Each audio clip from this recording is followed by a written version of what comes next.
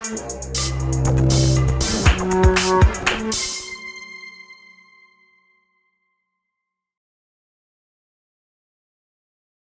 the previous video, we learned that any posture can have an A setting or a B setting, what in each one in the past used to be called a positive or a negative version.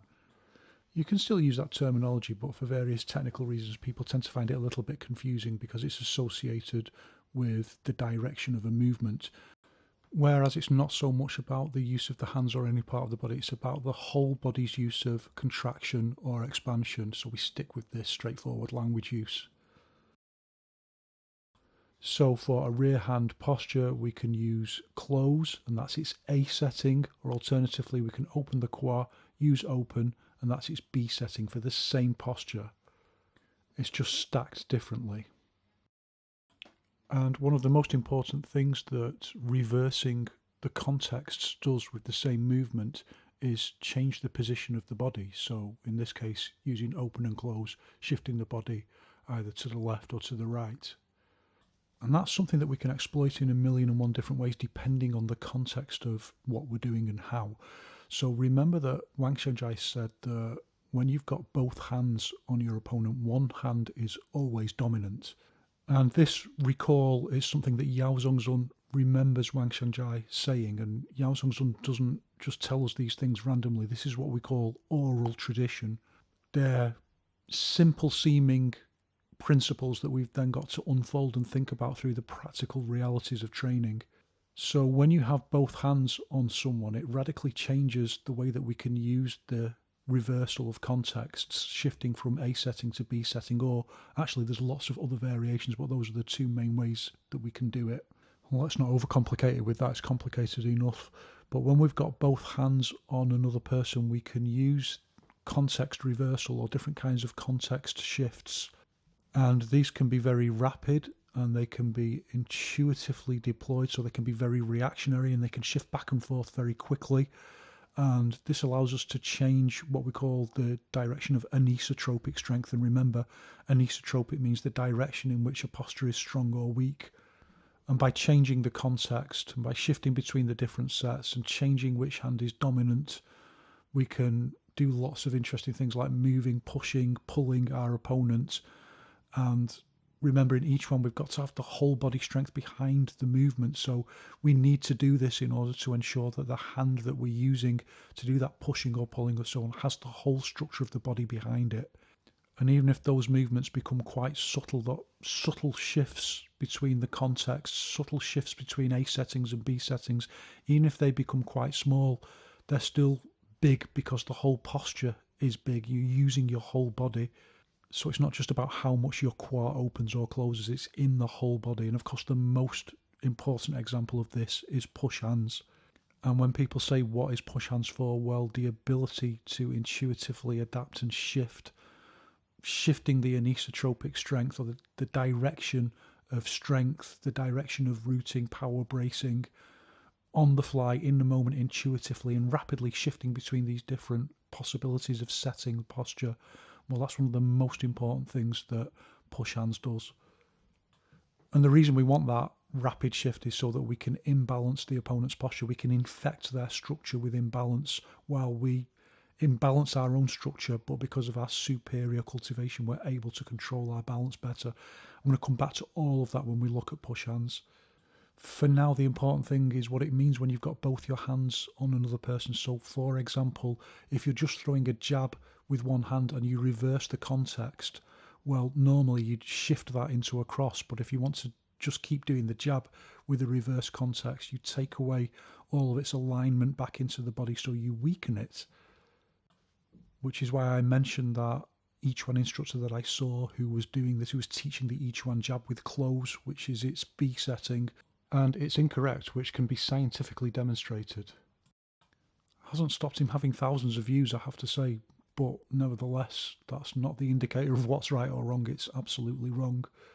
But just like you can shift a context to go from open and close, jab, cross, if you've got both your hands on the person at the same time, you can use the shift from A setting to B setting to change what would be a weak hand or a weak direction of an esotropic strength into a strong hand, and you can do it really, really quickly.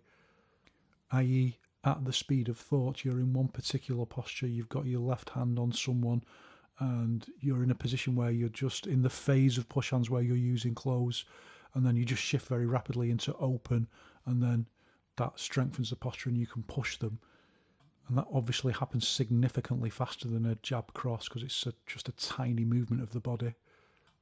And one of the things that's very often not understood about push hands is that you need to train this ability to dynamically use the A and B settings in that close-up hands-on situation, and then be able to instantaneously revert back to using the dominant sets for striking. And that ability to shift between those two paradigms is absolutely critical for making a lot of Yiquan postures work. And it's why, for example, you'll see in Yiquan the push hands postures into strikes in a way that you don't see it in other forms of Chinese wushu. It's a critically important understanding in Yiquan, the way that we work with the dominance of sets in different kinds of contexts and how that changes. Let's just take another look at this, by the way. How cool is this? So moving around, setting up, you've got to be able to just go suddenly. So pull down the arm, uppercut, and then pull to the side. Oh, just miss with the jab. Your conscious mind can't think fast enough to do that. Only the intent can be this fast.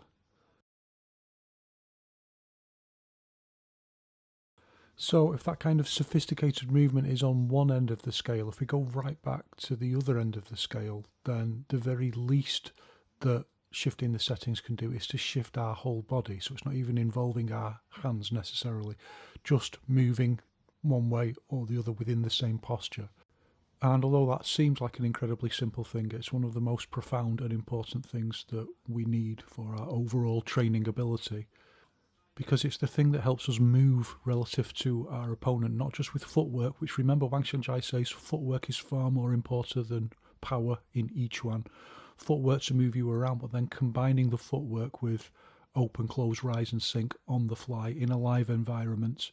So that's useful for positioning yourself relative to the opponent, for avoiding being hit, for reacting very quickly for the counter strike, and really just every aspect of practical live training that we need in martial arts.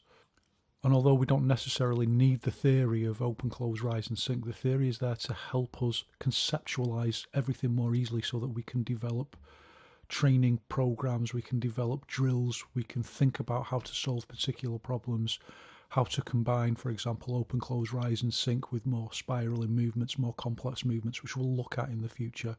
So it's a problem-solving device. It's not there to make things unnecessarily complicated.